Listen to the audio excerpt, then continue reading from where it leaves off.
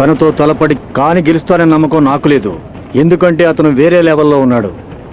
అవును, నేను లెజెండరీ సానిని ఎదుర్కోవాల్సి వస్తుందని కలలో కూడా అనుకోలేదు.